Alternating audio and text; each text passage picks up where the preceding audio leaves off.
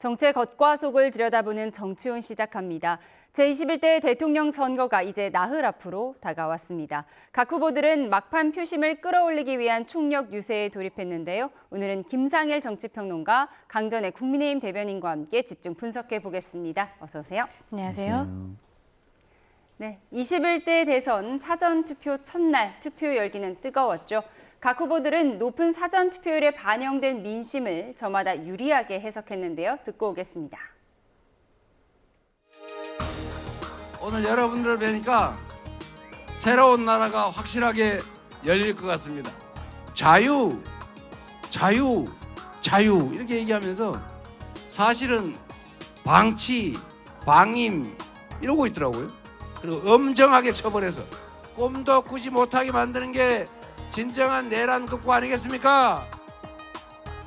여러분 투표하셨나요? 사전투표라든 본투표라든 투표하셔야 되겠죠? 나는 사전투표 안 해요. 본투표만 하겠어요. 이러다가 갑자기 일이 생겼다. 그때는 안 돼요. 내가 사전투표 안 한다고 집에 누워있으면 투표장에 그런 엉터리 부실한 선거관리가 되면 항의도 할 수 없잖아요. 항상 도둑놈이 도둑질하는 데도 가봐야 도둑질하면 도둑이야 소리 지르고 도둑을 잡아내야 되죠.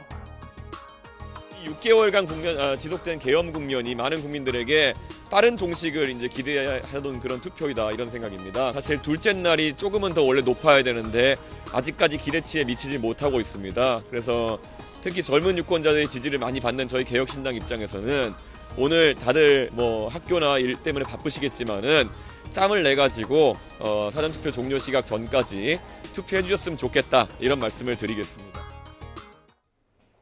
네, 어제 사전투표 첫날 투표율은 19.58%를 기록을 했고요. 둘째 날인 오늘 오후 4시 기준으로는 31.38%입니다. 3년 전 대선 같은 시간에 비해서는 1.38%포인트 정도 소폭 낮지만 과거 다른 대선에 비해서는 상당히 높은 투표율입니다.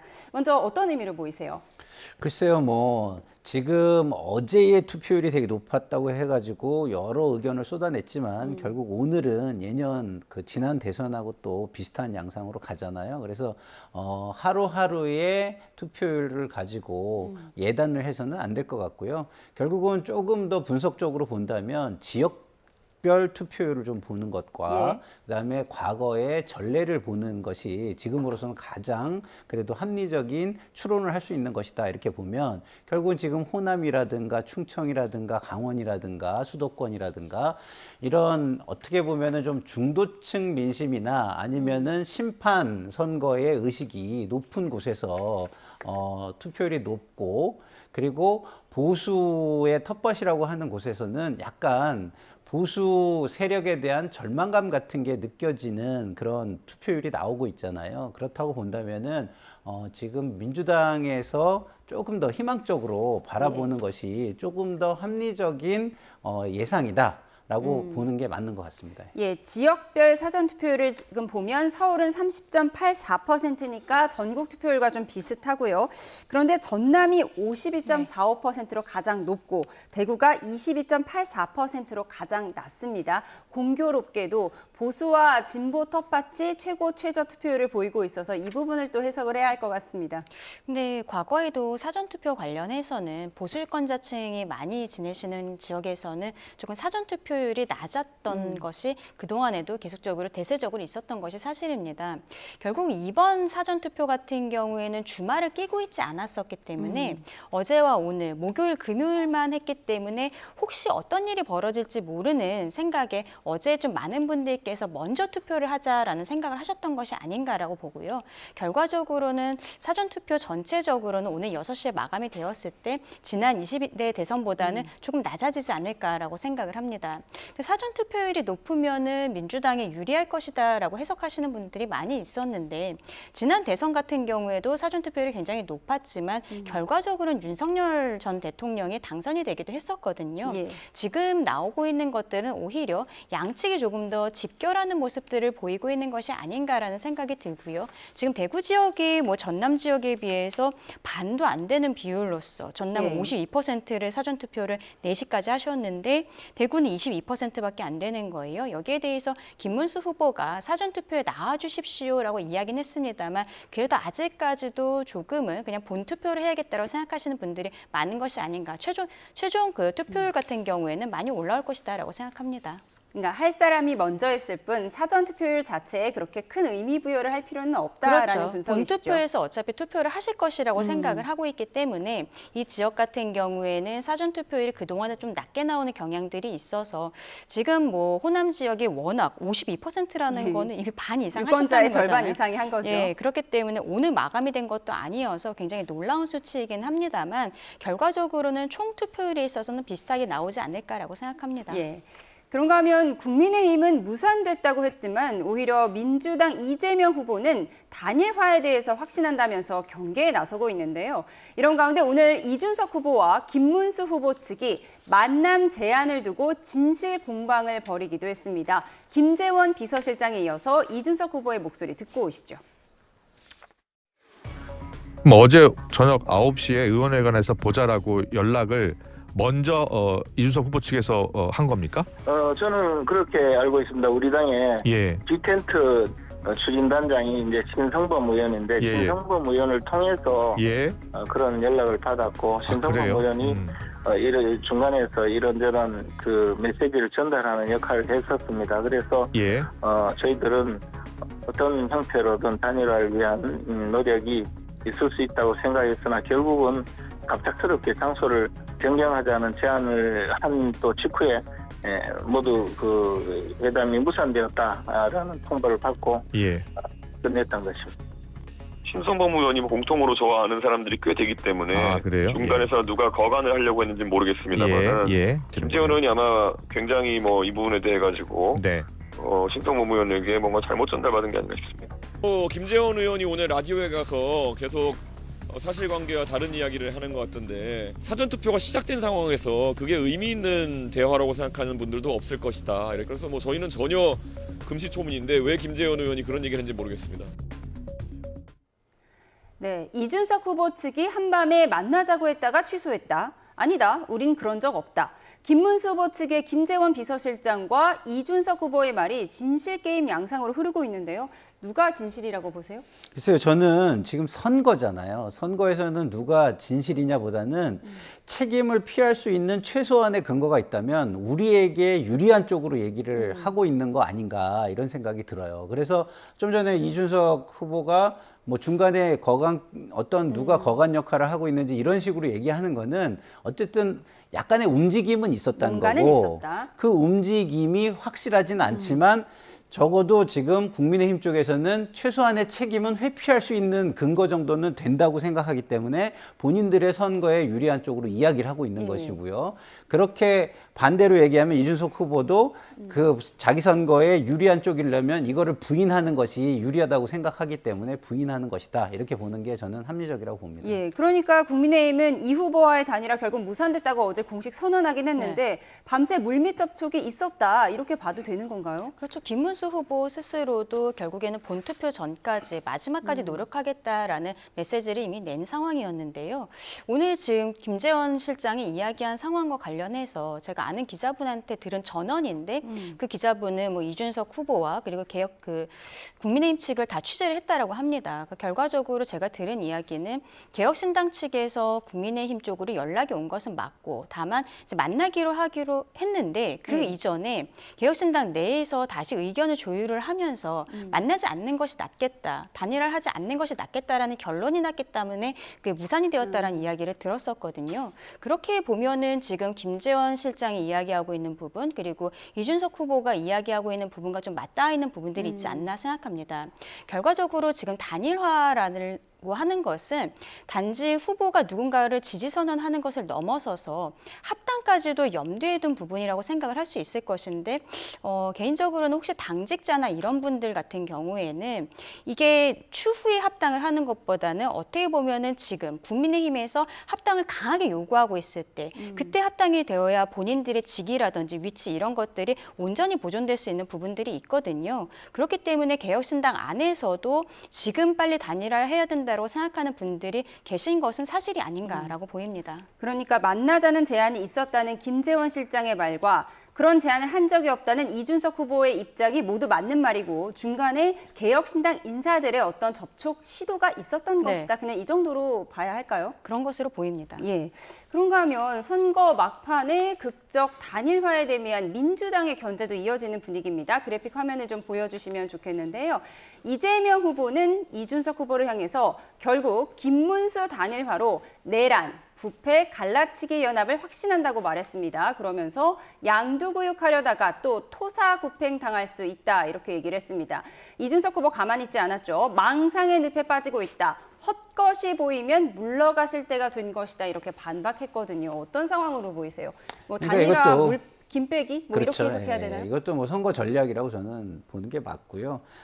극적 단일화. 예. 예, 극적이라는 표현이 뭐겠습니까? 극적이라는 거는 사람들에게 이거 뭔가 이렇게 스릴감이라든가 아니면은 어떤 기대라든가 희망이라든가 이런 걸 줄 수 있는 네. 감동이라든가 이런 걸 줄 수 있는 거잖아요. 그래서 이제 드라마틱하다고 하는데 드라마를 만들지 못하게 하는 거죠. 예, 그래서 기본적으로 이거는 될 것인데 지금 저쪽에서 지금 쇼를 하는 거야라는 식으로 얘기를 해놓음으로써 극적이지 못하게 단일화는 하되 극적 단일화는 되지 않게 하기 위한 하나의 선거 전략으로 그럼 보시면 될 것 민주당에서 같습니다. 여전히 네. 단일화 가능성이 있다라고 보시는 거예요? 단일화 가능성이 있던 없던 예. 정치는 생물이기 때문에 예. 그 정치적 상상력이 닿는 곳까지는 다 상상을 해서 전략을 짜는 게 맞다고 보고요. 그래서 정치적 상상력에 지금 뭐 그렇게 크게 요구되지 않는 것 중에 요소 중에 하나가 단일화입니다. 그래서 예. 그 정도는 리스크 매니지먼트를 해놓는 것이 저는 맞다고 봅니다. 예, 벌써 사전 투표율이 31.38%에 이르렀는데 이 상황에서도 단일화의 여지를 남겨두는 게 맞는 걸까요? 이준석 후보가 당장 5시 20분에 기자회견을 한다고 하는데 어떤 내용이 담길지도 궁금한데요. 일단 오늘 5시 20분에 하는 기자회견 같은 경우에는 본인은 단일화에 대해서는 계속적으로 거부하고 있는 입장이기 때문에 그것보다는 아마 이재명 대표의 장난과 관련한 이야기를 하려는 것이 아닌가라고 생각을 합니다. 단일화에 대해서는 지금 어쨌든 이제는 여론조사 공표 금지 기간이기는 합니다만 그 이전까지 나왔었던 여론조사를 보았을 때는 김문수 후보 단독으로 이재명 후보를 이길 수 있는 것인가 조금 어려워 보이는 것들이 사실이었거든요. 그렇기 때문에 산술적으로 플러스가 되었을 때는 이준석 후보와 합쳤을 때 조금 더 가능성이 있어 보이는 것이 있어서 저희 당 입장에서는 어쨌든 마지막까지 끈을 놓지 못하는 것이라고 생각을 하고요. 그리고 만약에 단일화가 되지 않는다라고 해도 김문수 후보가 어쨌든 보수의 큰 어른으로서 이준석 후보와 그리고 개혁신당을 끌어안는 모습을 보이는 것도 어떻게 보면 유권자들께 어필할 수 있는 부분이 있기 때문에 이게 양강 구도가 점점 강해지고 있다라고 생각을 합니다. 여론조사상으로는 이준석 대표도 어느 정도 두 자릿수까지 올라온 것으로 보이지만 마지막에는 더 큰 집결이 있을 것이라고 생각하고 또 이준석 후보가 마지막 토론에서 실언을 했었던 부분들이 있기 때문에 그 부분들이 이제 김문수 후보에게 더 올 수도 있다라고 생각을 하거든요. 그럼 저희 입장에서는 어쨌든 김문수 후보 스스로의 자강하는 것도 필요하지만 끝까지 단일화를 노력하는 모습 자체를 보여드리는 것도 의미가 있다라고 생각합니다. 예, 대변인께서 말씀하신 부분이요. 이준석 개혁신당 후보가 TV토론에서 했던 발언의 그 후폭풍 점점 거세지고 있습니다. 오늘 조승래 민주당 대변인에 이어서 이재명 가족비리 진상조사단을 꾸린 국민의힘의 목소리까지 듣고 오시죠.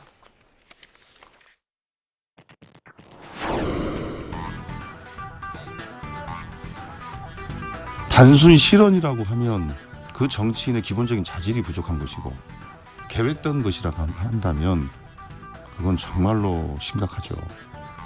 그런 식의 발언을 어떻게 의도해서 계획적으로 발언할 수 있겠습니까?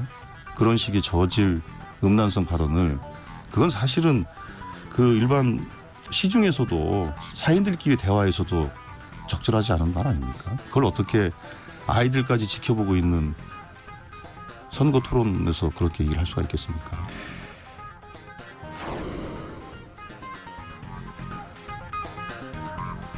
대선 후보와 그 가족에 대한 검증은 국민의 알 권리이자 헌법적 책무입니다. 이는 민주당 역시 일관되게 주장해 온 사안이기도 합니다. 우리 김문수 후보는 이재명 후보만으로도 할 말이 많다며 아들 문제는 특별히 관심을 두지 않겠다고 말씀하셨지만 이재명 후보 아들에 대한 국민적 의혹과 검증 요구는 빗발치고 있습니다. 특히 불법 도박, 음란물 유포 등 실정법 위반에 관한 문제가 계속 제기되고 있는데 대통령 후보의 도덕성과 공적 책임을 고려할 때 가족의 비위 문제 또한 피해갈 수 없는 핵심 검증 대상입니다. 네, 이준석 후보 발언이 단순 실언이라면 기본적인 자질이 부족한 것이고 계획된 것이면 정말로 심각한 것이다. 네, 이재명 후보 장난 발언을 인용한 것에 불과하다는 이준석 후보 측의 해명에도 불구하고 민주당은 공세 수위를 낮추지 않고 있습니다. 선거 끝까지 가져가려는 걸까요? 글쎄요, 뭐 선거 끝까지 가져갈지는 잘 모르겠습니다만 이준석 후보가 이번에 실수를 한 것처럼 모든 일은요 과유불급일 수 있어요. 그래서 이준석 후보가 이야기를 하면 그것에 대응하는 정도 수준에서 끝내는 것이 저는 맞다고 봅니다. 이미 이것이 사회적으로 파장을 일으킬 만큼 일으킨 상태이기 때문에 그것을 굳이 너무 과도하게 해서 뭐 이런 것을 뭐 악용하려고 한다든가 뭐 이런 느낌을 줘서 좋을 것은 또 없다고 보거든요. 그래서 뭐 끝까지 가져가는 것은 이준석 후보에게 달려 있다 이런 생각이 들고요. 지금 이준석 후보가 스스로 오히려 끝까지 가져가게 자꾸 만드는 거예요. 기자회견을 계속 하잖아요. 근데 핵심이 뭐냐면 이런 겁니다. 기자회견을 하면서 본인이 사과를 할 것인지 아니면은 뭐 본인의 어떤 다른 의도만을 얘기할 것인지 정확히 구분을 해야 되는데 이걸 자꾸 섞어서 하다 보니까 진정성이 없어 보이는 거예요. 예. 기본적으로 토론회에서 어떤 것을 검증하고 싶다면 그 목적에 맞게 해야 되는 건데 그 목적이 모든 수단을 다 정당화해 주는 건 아닙니다. 그러면은 그 지금 그 뭐랄까 검증이라는 차원에서 한답시고 예를 들어서 국민들이 아예 고개를 돌리고 귀를 막게 하면은 그게 무슨 의미가 있겠습니까? 그래서 목적이 저는 맞지 않다고 생각하고요. 그리고 기본적으로 이게 후보 검증이에요. 후보 검증이면 가족 리스크 차원에서 접근을 해야 돼요. 그러니까 아들의 문제가 뭐 좀 있으니 예를 들어서 뭐 음란한 뭐 이런 부분에도 관여가 돼 있고 뭐 또 다른 부분에도 관여가 돼 있으니 이런 것들이 나중에 대통령이 되시면 문제가 되지 않겠습니까? 그러면은 이런 것들이 국정 운영에 영향을 줄 텐데 이걸 어떻게 막으실 생각입니까? 이렇게 물어보는 게 맞죠.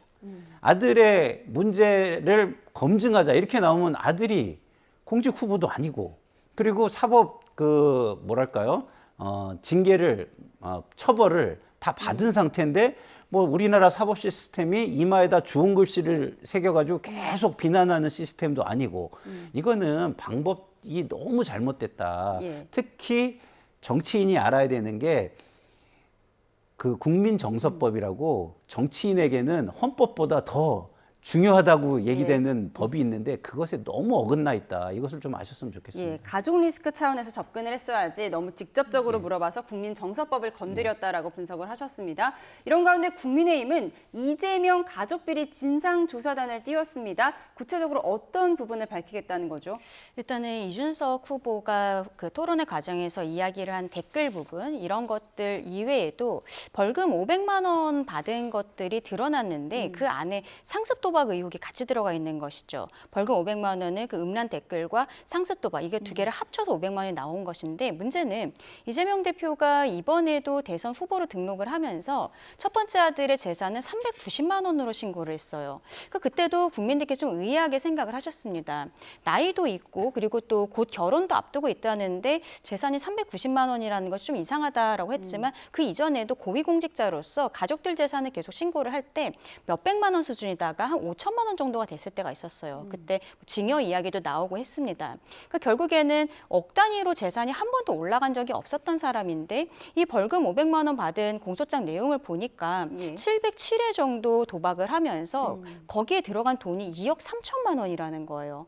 그러면은 재산 신고는 390만 원을 했는데 2억 3천만 원이 어디서 나온 것인지 이게 굉장히 의아하다라는 것이죠. 이 부분에 있어서는 저는 그렇게 생각합니다. 댓글 의혹과 관련해서는 어떻게 어떻게 보면 이미 마무리된 상황이 맞아요. 그렇기 예. 때문에 이재명 후보가 여기에 대해서 부친으로서 사과를 하면 된다라고 생각을 하는데 이 상습 도박에 특히 돈과 관련된 부분에 있어서는 구체적인 해명이 필요하다라고 생각을 합니다.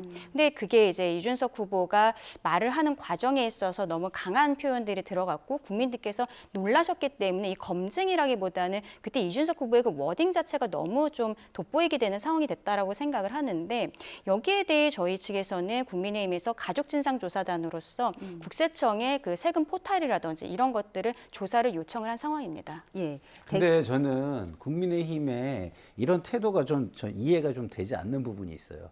그런 식으로 가족이 그렇게 중요하다면 이철규 의원의 가족은 왜 검증 안 합니까? 예? 그런 것들을 하고 난 다음에 이렇게 하면 아, 국민의힘은 정말 정의를 추구하는 집단이구나 이렇게 국민이 인정해 줄 거예요. 근데 자신들 그 당에 있는 아주 주요 정치인이 가족 뭐 자제분이 뭐 마약에 뭐 문제가 있다 이렇게 됐을 때는 굉장히 중요한 문제인데 그건 아무 소리 안 하고 있다가 이것만 얘기하는 걸 국민들이 이해할까요? 근데 여기에 대해서는 어쨌든 지금 대선 과정인 것이고 이재명 후보의 장남이 벌금 500만 원을 받았다라는 것은 이제서야 국민들께서 알게 되신 거기 때문에 여기에 대해서는 검증하는 게 맞다라고 생각을 합니다. 저희 국민의 입장에서는 어쨌든 윤석열 정부가 조기 종식된 그 과정에 있어서 김건희 여사에 대한 리스크가 분명히 작용을 했다라고 생각을 하는 것이고 거기에 대한 반성적 고려로서 이번 22대 국회 안에서는 영부인 관련 법안을 제정을 해서 여기에 들어가는 예산이라든지 인력 이런 것들을 국민들 앞에 투명하게 하겠다. 그리고 그 과정에 있어서 가족들에 대한 검증도 이제 국민들의 눈높이에서는 필요한 것이 아니냐 이렇게 제안을 드렸던 부분들이 있는 것이거든요. 근데 여기에 대해 민주당과 이제 이재명 후보 입장에서는 전혀 받아들이지 않겠다. 왜 쇼를 만드느냐라고 이렇게만 대응을 했는데 결과적으로 지금 이러한 뭐 벌금 500만 원 형이라든지 드러났음에도 불구하고 이게 허위라고 지금 민주당은 이야기를 하고 있는 거잖아요. 도대체 어디가 허위인지를 모르겠는데 국민들께서 납득하실 수 있는 해명이 필요하다고 생각합니다. 예. 제가 자꾸 말씀을 드리게 되는 게 공직자를 검증하거나 후보를 검증을 하면 되는 거예요. 그래서 이렇게 벌어진 일이 있으면은 그러면 이 가족 리스크를 막기 위해서 어떻게 해야 되냐를 중심으로 토론을 하셔야죠. 아니, 국민의힘이 조사기관이나 수사기관이 아닌데 어떤 한 사람의 것을 지금 그것도 사법 처리가 끝난 것을 조사하고 수사하겠다는 식으로 나와가지고 그게 후보자가 리스크를 어떤 막아내는 재발 방지나 예방을 하는 그런 어떤 제도적인 장치가 됩니까? 저는 그런 부분에 있어서 좀 약간 잘못 짚고 있다 이런 말씀을 드리는 네, 거죠. 두 분의 말씀처럼 이 논쟁이 오래 갈 것 같습니다. 그런데 이런 와중에 유시민 작가가 설란영 여사를 가리켜서 지금 제정신이 아니라는 수위 높은 말을 해서 또 논란이 일고 있는데요. 우선 듣고 오시죠. 설란영 씨는 전자부품회사 노동자 위원장이었어요. 김문수 씨가 대학생 출신 노동자로서 찐 노동자하고 혼인한 거예요. 험하게 살다가 국회의원 사모님이 됐죠. 경기도지사 사모님이 됐어요. 더더욱 우러러보겠죠. 대통령 후보 배우자라는 자리가 이 설란영 씨의 인생에서는 거기 갈 수 없는 자리예요. 지금 이렇게 발이 공중에 떠 있어요. 본인은 그렇지 않은 거 이제 영부인이 될 수도 있는 거예요. 그러니까 제정신이 아니다 그런 뜻이죠. 한마디로. 예.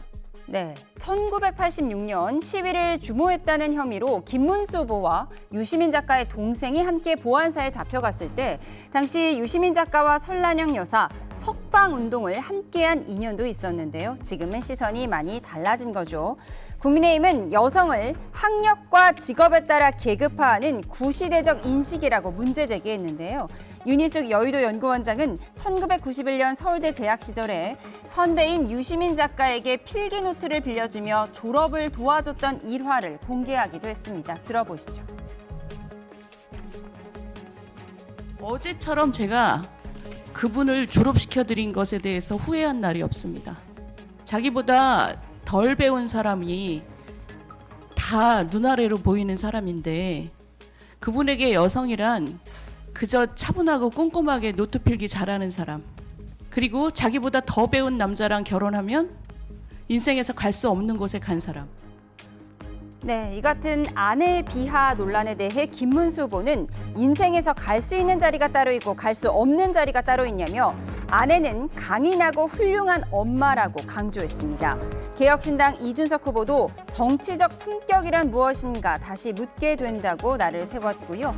권영국 민주노동당 후보도 유시민의 설란형 발언은 여성 힐난과 노동자 멸시라며 사과하라고 촉구했습니다. 조금 전 민주당의 공식 입장도 나왔는데요. 발언 하나하나에 스스로가 조심해야 한다면서 민주 진보 스피커들이 발언에 신중을 기해야 한다고 지적했습니다.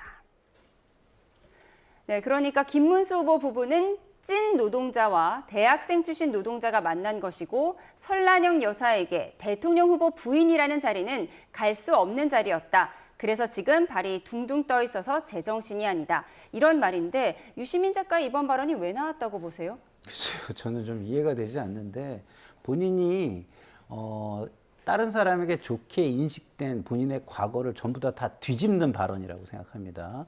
본인이 특권을 타파하려고 하고 어떤 차별이라든가 계급주의를 타파하려고 그러고 그런 어떤 운동이나 이런 거를 했다고 지금 자부하는 거 아니겠습니까? 근데 이번 발언에서는요, 그런 게 다 들어있어요. 특권 의식이 들어있고, 선민 의식이 들어있고, 그 다음에 계급주의도 들어있습니다. 제가 듣는 얘기 중에 가장 역겨운 얘기가 왕후장상은 씨가 따로 있다, 뭐 이런 얘기인데요. 마치 그 얘기를 지금 듣는 듯한 느낌이에요. 이거는요, 그냥 사과할 일이 아니에요. 정말 책임을 지고 그 책임지는 모습을 아주 그 어떤 사람들에게 공감이 되게끔 보여주지 않는 한 쉽게 용서되기 어려운 발언이라고 생각합니다. 예, 범보수권에서는 제정신이 아닌 사람은 오히려 유시민 작가다 이렇게 비난을 하면서 공직선거법 위반 혐의로 고발할 예정이라고 하는데요. 그렇죠. 공직선거법의 후보자 비방죄로서 지금 고발을 하려고 준비를 하고 있습니다. 당선되게 하거나 되지 못하게 할 목적으로 방송통신 이런 방법으로서 후보자나 그의 배우자 이런 사람들을 비방한 자를 3년 이하의 징역 500만 원 이하의 벌금에 처하도록 한 규정이 있거든요. 지금 저 내용을 정말로 비방이라고밖에 볼 수가 없는 것이죠. 그래서 유시민 작가 입장에서는 어떻게 보면 이재명 후보와 그 아내 김혜경 씨를 더 돋보이게 하기 위해서 저런 이야기를 했는지 모르겠습니다만 국민들께서는 저 이야기가 너무나 충격적이고 또 유시민 씨가 그동안에 방송을 통해서 보여줬었던 이미지가 있기 때문에 그것을 너무 예전에는 뭐 노무현 정부 때는 장관까지 하셨던 분이잖아요. 그럼 민주당에서는 민주진영의 스피커들이 말에 신중을 기해야 된다라는 지금 논평이 나왔습니다만 이 정도로 마무리할 상황은 아니라고 생각을 합니다. 어쨌든 저렇게 나와서 이야기를 한 이유 자체가 이재명의 선거운동을 돕겠다라는 것이고 그리고 저 안에는 정말로 너무나 비하적인 표현들이 가득 차 있는 것이거든요. 민주당 입장에서도 여기에 대해서 정확하게 잘못을 짚는 이러한 논평들이 나와야 되지 않나라고 생각합니다. 예, 지금 유시민 작가가 민주당의 공식 직책은 없는 상황이지만 그렇죠. 어쨌든 뭐 민주당 쪽 인사다 사람들이 그렇게 인식하고 있으니까요. 민주당에서는 어떤 반응이 나와야 한다고 보세요? 국민들에게 느껴지는 상징성이라는 게 굉장히 중요한 거거든요. 유시민 그러면 어떤 상징성, 대표성이 일부 있다고 봐야 됩니다. 그러면은 국민들에게 이게 민주당에서 어느 정도 책임을 져야 된다는 느낌을 줄 수가 있어요. 그렇기 때문에 그거에 걸맞는 입장이 저는 나와야 된다고 보고요. 다시 말해서 민주당과 선을 분명히 긋는 것부터 시작해가지고 입장, 이런 발언에 대한 그 명확하고 냉정한 입장, 그리고 유시민 작가가 뭐 해야 될 어떤 태도에 대한 요구, 이런 것들이 분명하게 저는 정리돼서 국민들에게 한번 표현돼야 된다, 이렇게 생각합니다. 예, 국민의힘과 민주당의 입장을 봤는데 지금 권영국 후보와 이준석 후보도 입장을 냈죠. 그렇죠. 권영국 후보도 조금 아까 나왔습니다만 유시민 씨의 이 발언이 노동자를 열등한 존재로 바라보고 있다. 노동자에 대한 멸시고 엘리트주의다라고 분명히 짚은 부분들이 있습니다. 유시민 씨 같은 경우는 심지어 노무현 재단 이사장까지 하지 않았습니까? 노무현 전 대통령께서도 고등학교만 졸업을 하셨고 근데 대학을 졸업한 사람들이 어떤 특권 의식들 이런 걸 갖고 있는 것을 굉장히 싫어하셨다라는 거 우리 국민들께서 알고 계시는데 그 특권 의식을 지금 유시민 씨가 보여주고 있다라고 생각을 하거든요. 여기에 대해서는 다시 말씀드리지만 민주당에서 그냥 민주진영 스피커가 말에 신중해야 된다라는 논평으로 끝낼 것이 아니라 정확하게 사과하는 메시지가 나와야 된다라고 생각합니다. 예, 김문수 후보는 후보는 뭐 강인한 아내였고 네. 갈 수 있는 곳이 따로 있고 갈 수 없는 곳이 따로 있냐 이런 입장을 냈더라고요. 그렇죠. 뭐 설란영이 김문수다, 김문수가 설란영이다라고 이야기를 하고 있습니다.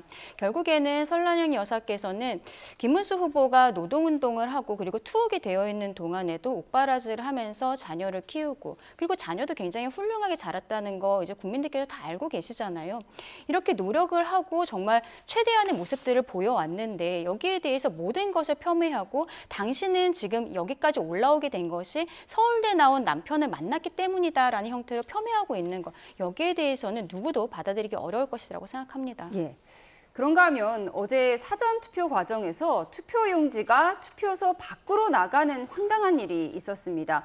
선관위는 또다시 부실관리 논란에 휩싸이게 됐는데요. 박찬대 민주당 총괄선대위원장에 이어서 윤재옥 총괄선대본부장의 목소리까지 이어서 듣고 오시죠. 어제 투표용지를 받은 시민들이 투표용지를 수령한 채 투표소 밖에서 기다리는 일이 발생했다고 합니다. 어느 때보다도 공정하고 엄정한 선거관리가 필요한 시점입니다. 사소한 실수도 생겨서는 안 됩니다. 선관위는 더욱 철저하고 빈틈없이 투표 관리에 만전을 기해 주시길 바랍니다. 정말 있어서는 안 되고 이해할 수 없는 사건입니다. 선관위가 사과문을 발표했지만 가볍게 넘길 일이 아닙니다. 그렇지 않아도 많은 국민들께서 사전투표를 불신하고 계시고 선관위의 선거 관리에 대한 불신도 그 어느 때보다 높은 상황입니다. 조심하고 또 조심해도 부족할 마당에 이래서야 국민들이 선관위를 믿을 수 있겠습니까? 이런 일이 또다시 발생한다면 국민이 용납하지 않을 것입니다. 네, 선관위의 관리 부실에 민주당과 국민의힘 할 것 없이 비판이 쏟아지고 있는데 왜 이런 일이 일어난 거죠? 그러니까 이 선관위가 지금까지 어마어마한 논란이 많았습니다. 그 직원 채용에 있어서 굉장히 특권화돼 있다. 그리고 스스로 또 특권을 가지고 있는 사람들처럼 여기는 발언들도 공개가 됐었습니다. 그렇다고 한다면 그 큰 논란 이후에 이번 선거는 정말 잘 관리를 했어야 돼요. 더더군다나 부정선거에 대한 의혹도 굉장히 큰 상황입니다.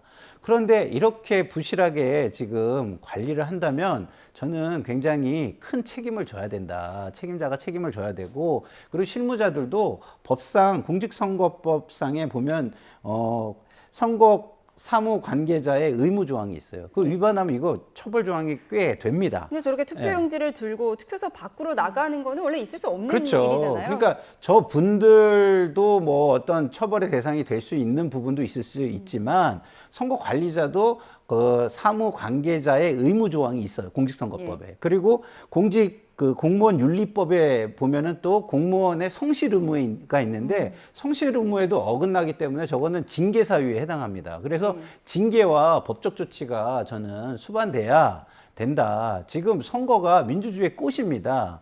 이것을 망치는 것은요, 어마어마한 큰 저는 죄를 짓는 거라고 생각하거든요. 그래서 일벌 100개.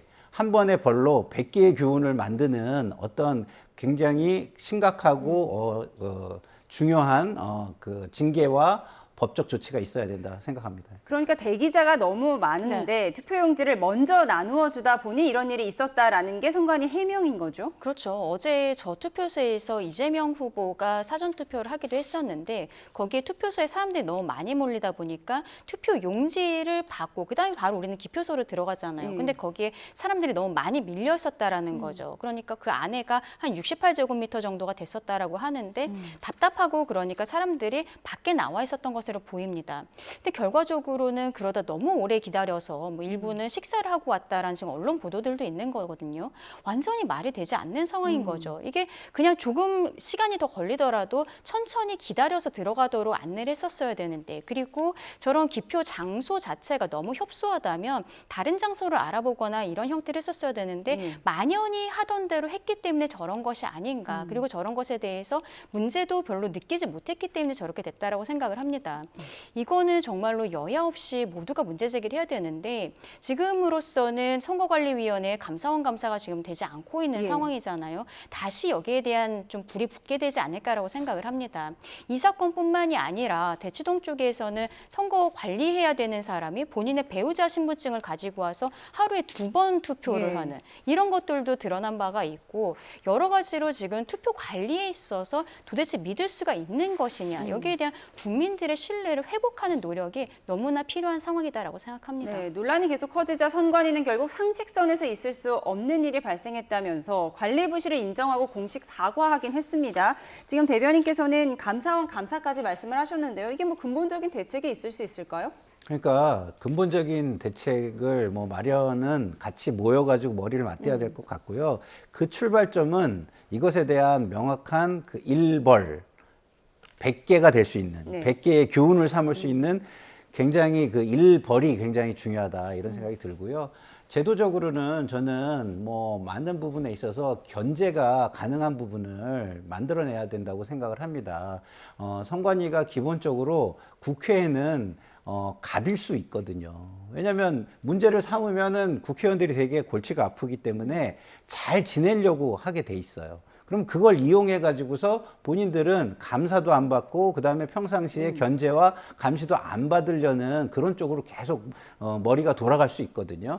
그런 측면에서 볼 때 국회뿐만이 아니라 국회 이외에서도 감시할 수 있는 기관을 만드는 것이 굉장히 중요할 것 같다는 생각이 듭니다. 예. 그런가 하면 대선을 나흘 앞두고 후보들도 가족들도 막판 총력전에 나서고 있는데요. 유튜브에 출연한 이재명 후보는 윤 전 대통령을 언급해서 눈길을 끌었습니다. 들어보시죠. 정말 밉죠. 어느 순간부터 그 윤 대통령이 불쌍하게 여겨지기 시작했어요. 지옥을 스스로 만들어 놓고 잘할 수 있잖아요. 인정해주고 역할 몫을 나누고 잘해서 칭찬받고 이렇게 살 수도 있잖아요. 네, 그런가 하면 아들 문제로 곤욕을 치르고 있는 이재명 후보와 달리 김문수 후보 측은 사회복지사 딸을 전면에 내세웠는데요. 사랑꾼 아빠에게라는 제목으로 올린 유튜브 영상 보여주시죠. 이제 본인이 20대 때 이제 학원 강사를 하고 있었는데 그때 학원 강사할 때 그 비용을 집으로 못 받았대요. 그래서 그걸 이제 고용노동부에다가 그걸 신고를 했는데 아빠가 그때 국회의원으로 계실 때였나 봐요. 그래서 직접 부천 고용노동청에 와가지고 그 문제를 해결해 줬다고. 그래서 그걸 너무 이제 감사하게 항상 생각하고 있었다고 얘기를 하시더라고요. 아빠가 잘 생활을 해오셔서 제가 이런 상황에 됐어도 떳떳하게 아빠 나라고 이야기할 수 있구나 생각했죠.